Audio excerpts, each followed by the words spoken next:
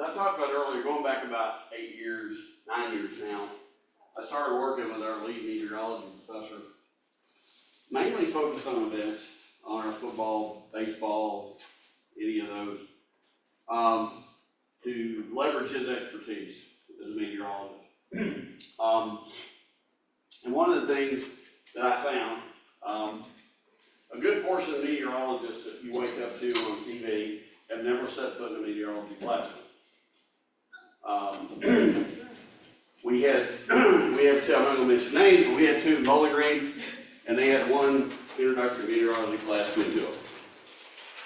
They're very good at reading script, they're very good at doing the other things, and I'm not knocking that. Those folks save a lot of lives. But somebody has to grab that forecast, and the dynamic of it gets really to be important. So we started this. Western we're ranked in the top 3 or 4 meteorology programs in the country. Most people don't know that. We average bringing in about 40 students a year, new students. We're running right at 100 in the program. And meteorology, like engineering, medicine, others, there's a lot of them that don't make it through. You got to have 4 years of advanced calculus. You got to have 4 years of physics, and all the other pieces that go with it. But at the end of the day, as I talked about earlier, those kids are in that van for 2 weeks, are going to be good forecasters. There's no doubt. So one of the things that we initially started with the students is getting them engaged as a student group and helping out with events. Not only doing meteorology. We had a concert. I'd take 10 of them, put them in vests, give them radios, scatter out through the crowd as observers. And we got to where we use it as a force multiplier for various events. But again, weather is their biggest thing. About 5 years ago, we launched 2 certificate programs in emergency management and disaster science, a bachelor, undergrad and grad. And those have really taken off. We launched them right before COVID. And so we didn't do a lot of advertising during COVID or anything. It was just how the thing is. And still to this day, because of a lot of factors, those have never been really pushed nationally as an advertisement when we fill up all the classes in doing those. One of the things that came out is having that experience tied with the program, taking the theory of the classroom and put it into practice. And I'm going to show you this quick video. This was done by our internal video folks at the university. We developed what we call the Disaster Science Operations Center. In 2019, one of my former leaders at GM had left GM to Amazon as one of their crisis leads. And they built a new global security operations center in Phoenix. Now, it's a tad bigger than ours. It has about 300 people, and it's 60,000 square feet. Ours is 1 classroom, well, 2 classroom sizes. But it is truly a mini in the operational sense, but it also has all the weather tools that the National Weather Service has. We have and we can do social media monitoring. We do a lot of things that are not weather. But I'll show you this little video, and I'll talk a little bit beyond that about what this means. When the tornado hit last year, it was that moment of, this is why we need to have an operations center such as this. The DSOC, Disaster Science Operations Center, was still in the planning stages when a tornado struck dangerously close to campus on December 11th of last year. We were operational that night, even though we didn't have this space up and running. We were running virtually, and immediately upon the tornado impact. After the tornadoes, meteorology students like Joseph Lewis sprang into action. We went out to the Creekwood subdivision and Moss Creek and saw the horrible damage. And so we just got to do that. We got some hands-on experience from John Gordon showing what it takes for a building at that level to be impacted by a weather system. Just over a month ago, the DSOC officially opened in Environmental Science and Technology Hall, or EST, offering applied learning in weather service forecasting, broadcast television, and emergency management. That's sort of the working triangle in the real world. So we were missing that component, so we added it, and that became sort of the blueprint for Lewis and his peers have put this type of forecasting into action at events here on campus and at high-profile events around the country. This year we got to go to the USA Games and forecast for that in Orlando. More recently, we got to do the Chicago Marathon. The big dreams don't stop there. Durkee says this interdisciplinary approach will only expand as interest in emergency management among meteorology students continues to grow. Everything's come together. We look forward to, doing this well into the future now. With this week's View from the Hill, I'm Amy Bingham. So it's, again, it started out with a nucleus of meteorology students, but we have students from engineering, we have students from broadcasting, a lot of different entities that are in our, working in our space now in a collaborative manner. So moving, if I can get my mouse to cooperate.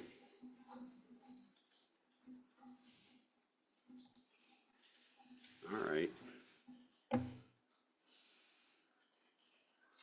There it goes. I got to sneak up on it. The mouse didn't want to let me. So, a lot of this came out of discussions we had with President Caboni, and talking about how we could make this more functional. We got a lot of support. This is the intelligence side of DSOC, and we can bring up again a variety of weather information, or we can track other things besides weather, but a lot of what we do is weather in that. This just shows some of the different characteristics that we can do. This is the other side. This is our collaborative area. We got a video conferencing space. It's a little different now. We have a big green screen. We've got TV production capability. We've got back in the booth on the right, we've got a full podcast, radio broadcast booth. And the kids are really starting to gather that. I'm trying to find another broadcast professor because we had a guy lined up. He left at the end of the semester for greener pastures. So we've got to have that component because I'm definitely not a radio TV guy. This is a classroom that's off of it where we do small group training. And this just shows, again, some of the focus that we can break down and assign people to. The room on the right is called our Chaos Lab. It's the College Heights Atmospheric Observatory for students. Western had one of the original weather stations. It was based there for years and years and years before they automated and put them at the airports. And it was called the College Heights Weather Station. So we have captured all of the old equipment. We've got a museum now that has all of that equipment preserved. One of our emeritus faculty members curates it. And it is great not only for the public, but for students that are going in now to realize that they used to have 6 old computers, whether they were the early Apples or whatever, to do what our phones will do today. But this is where the senior forecasters come together to do forecast. That's just some of the folks that we're working with. We've got weather stations at all the Jim Beam and Makers facilities. We have an app that's free called White Squirrel Weather. If you want to take a look at what's going on at one of the Beam sites or in Versailles, we have KCTCS. Feel free to download it. It's got a lot of the weather data for that particular area. But these are all the ones we do. Like Cherry Blossom Festival, we've done the last 2 years for the DC Festival, done it all remotely with students. And we do 3 races a year for Chicago Event Management, Marathon, their Shamrock Race, and their half marathon, which is coming up this Sunday. So with that, we are moving to the next phase that we're really excited about. This was something that the President Caboni asked us to do with our Innovation Center. Legislature just gave the Innovation Center $10 million to up its game and expand. So one of the things we run into and doing outreach with groups is there's a lot of entities that don't want to deal with students in the university for liability reasons. Their insurance carriers don't. So we have launched Doppler EOC, or Doppler Emergency Operations Consultants. It's going to be a subsidiary of the university, but it's actually, we're going to have liability coverage. They're working all that out now with the attorney. So that if we're doing commercial entities, this will be the entity that does that. The reason I bring it up to you is the DSOC Center, for example, last year we were approached by Boys and Girls Club America. Not about weather. They wanted us to do risk assessment, wanted an active shooter tabletop, and they wanted a segment on doing after actions. So Jim, myself, and my other coordinator, we put together the program. We did their national conference in Atlanta in May, and we did their 5 regional meetings throughout the year. And they paid our expenses, and they gave us a donation of $20,000 to go towards scholarships. So we work both ways. And in the state, again, state entities, we're more than happy to help you. We're not going to charge you because we know we really can't, and you don't have the funding to do that. But I throw this out because if you see opportunities that relate to emergency planning, emergency management, you're looking at a grant, those kind of things that we can help with having this entity as part of the grant application. We've already got 2 or 3. We would be more than happy to help with that and be able to leverage that to help out, whether it be using students, whether it be tying climate or weather, whatever the case may be. So that's what I wanted to throw out. Again, if there's any questions, this is the Doppler site. We went away from WKU red and UK blue, it's purple. So, but this was the site, they had an interactive MBA room down at the Innovation Center.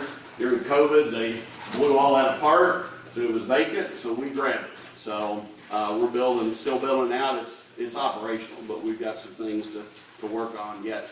But we're, in this space, we're putting the best of the best of the top grad students and other students that work with us.